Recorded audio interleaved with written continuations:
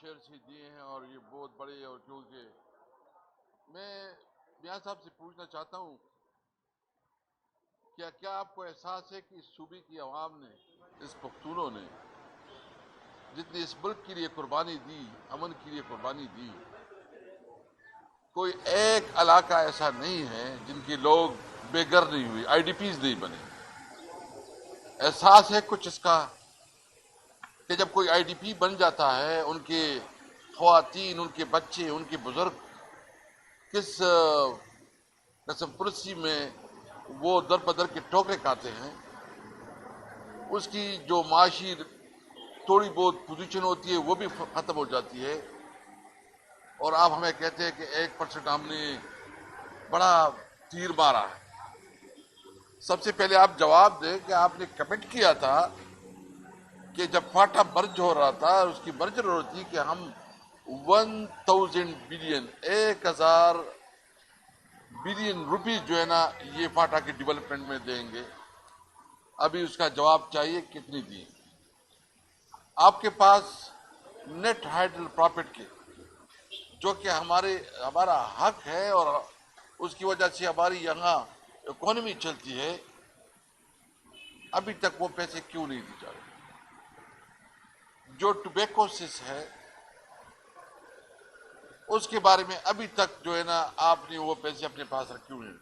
اور سب سے بڑی بات کہ جب فاٹا مرج ہو گیا اور ہمارا شیئر بنتا ہے 14% سے، یہ شیئر بنتا ہے 19%، یعنی اس میں تو کوئی دو رائے نہیں ہے کہ ایک علاقے کو اپنے صوبے کے ساتھ مرج کیا، اس کے اوپر تو اخراجات جو ہے نا، تنخواہیں، سب کچھ بوجھ آیا، اس کے مقابلے جو کمٹمنٹ ہے وہ آپ نہیں پورا کر رہے ہیں، اور الٹا این ایف سی ایوارڈ کا جو قانون کے مطابق، جو آئین کے مطابق شیئر بنتا ہے وہ بھی نہیں دے رہے۔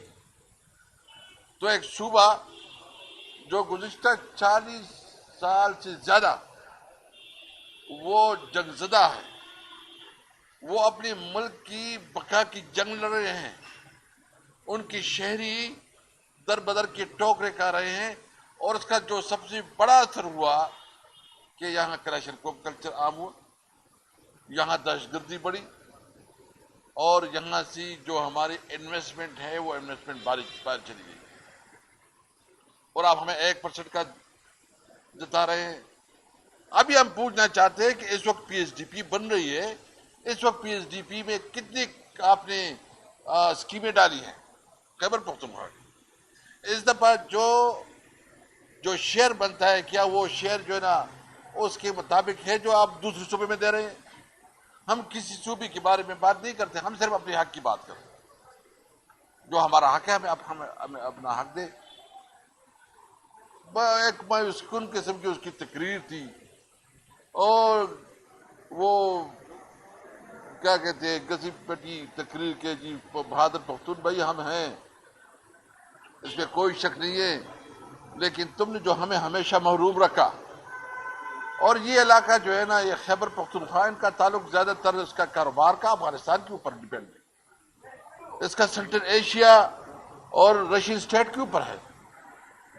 ضرورت اس بات کی ہے کہ اس کاروبار کو یہاں پہ جو آپ کا ٹریڈ ہے، اگر حالات جنگ میں بھی ٹریڈ جاری رہتی ہے، آپ نے افغانستان کے ساتھ ہمارے ٹریڈ روک کے رکھے ہیں، آپ نے سینٹرل ایشیا کے ساتھ، ہم نے جو ایک اسٹیٹ کے طور پر ایگریمنٹ کیا کہ جو پاک افغان ٹرانزٹ ٹریڈ ہے اس کے مطابق ہماری ٹرانسپورٹ سینٹرل ایشیا اور رشین اسٹیٹ بھی جائے گی، ابھی تک جو ہے نا اس کو وہ روک رکھا ہے۔ تو ہمارے لوگوں کے پاس کیا آپشن ہے؟ کیونکہ ہم تو ویسے بھی مارکیٹ سے دور ہیں، ہم سمندر سے دور ہیں، تو وہ ہچ ہمیں حاصل نہیں ہے کہ ہم انٹرنیشنل مارکیٹ کا مقابلہ کریں۔ تو ہمارے یہاں جو انڈسٹری ہے، وہ جہاں ہمارے کاروبار ہے، وہ کیسے پلی پڑے گا، وہ کیسے ترقی کرے گا؟ اس لیے ہم مطالبہ کرتے ہیں کہ سب سے پہلے جو خیبر پختونخوا کی حکومت اور اس عوام کا حق ہے وہ دے، وہ نیٹ ہائیڈل پراپرٹ ہے، وہ این ایف سی ایوارڈ میں جو شیئر ہے، اور وہ ٹوبیکوسس ہے، یعنی جتنی بھی جو ہمارے آئل اینڈ گیس کی شیئرز ہے، اور وہ ہمیں دیں، اور ساتھ ساتھ ہمیں یہاں کاروبار کا موقع دیں۔ دوسری بات میں کروں گا، اس وقت یہ جس طرح حکومت چلا رہے ہیں، انہوں نے عملاً عدلیہ کو مفلوج کیا. 26ویں آئین ترمیم کے بعد تو عملاً عدلیہ مفلوج ہو گیا.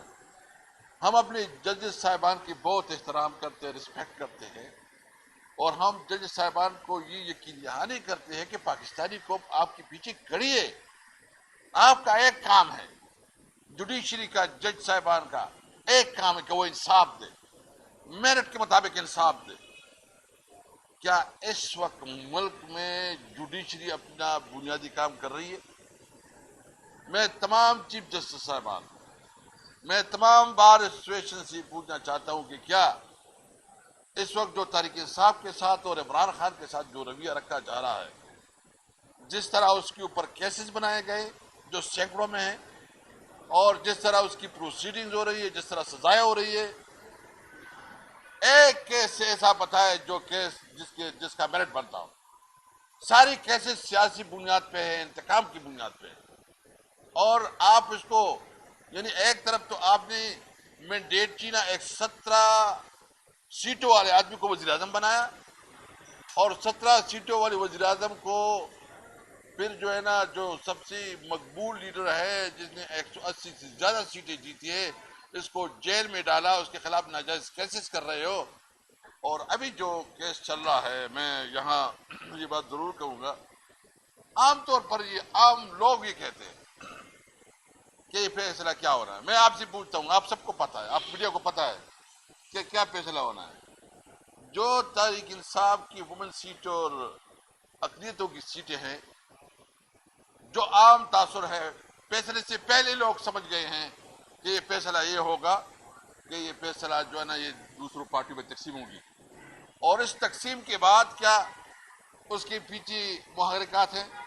نمبر 1 یہ ہے کہ یہ 27ویں امینڈمنٹ لانے کی کوشش کر رہے ہیں کہ ججز کو مزید ایگزیکٹو کی ماتحت کرے اور ججز کی ٹرانسفر پوسٹنگ کا ایک نظام بنائے. اور پھر اس صوبے میں بھی یہ کوئی ایڈونچرزم کا سوچ رہے ہیں، اس کے اوپر جو ہے نا مختلف ہمیں انفارمیشن مل رہی ہے کہ مختلف طریقے سے اس پہ کام ہو رہا ہے. ہم صرف ایک بات کہہ رہے ہیں، ہمیں ہے حکم اعضا لا الہ الا اللہ.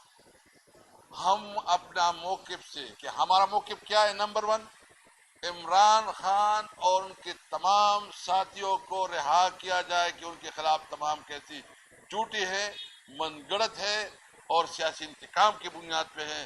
ان کے خلاف تمام کیسز واپس لی جائے، ختم کی جائے.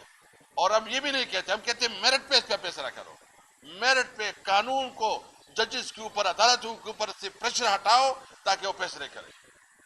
دوسرا، میں سپریم کورٹ سے ملتمس ہوں کہ اس وقت جو کیس ہو رہا ہے وومنس ریزرو سیٹس کا، پوری دنیا آپ کی طرف دیکھ رہی ہے، اور عام عوام یہ سمجھتے ہیں کہ شاید اس میں انصاف نہ ہو. میں اپنے ججز صاحبان سے ریکویسٹ کروں گا کہ آپ اس معاملے میں انصاف کا دامن وہ ہاتھ سے نہ جانے دے، کیونکہ اگر یہ قوم مایوس ہو گئی، اگر عدالتوں سے مایوسی آ گئی، تو یہ بتایا کہ یہ عوام کدھر جائیں گے، عوام کے پاس کیا راستہ. آخر میں یہ کہوں گا کہ جتنا بھی ظلم ہو، جتنا بھی جبر ہو، جتنا بھی ہتھ کنڈے استعمال کرے، ہم کڑے ہیں عمران خان کے ساتھ، کڑے رہیں گے اور ہر ممکن طریقے سے اس کا مقابلہ کریں گے. اور انشاءاللہ تعالی ہم عوام میں اپنا کیس لے کے جائیں گے.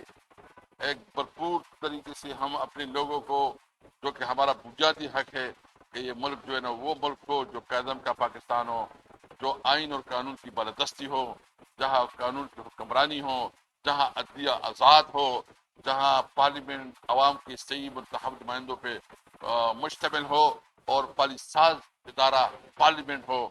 یہ ہمارا موقف ہے انشاءاللہ، اور پاکستان بن کے رہے گا، اور انشاءاللہ اس دنیا کا ایک عظیم ملک بنیں گے.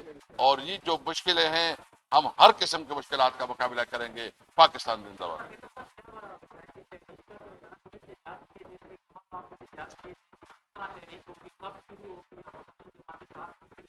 دیکھیں، ایک تو ہمارا الائنس ہے، اس کے اوپر بھی ہمارا آپس میں عید کے بعد میٹنگ ہوگی.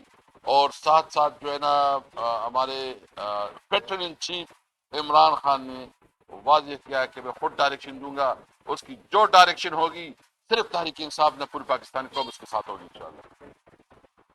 Thank you.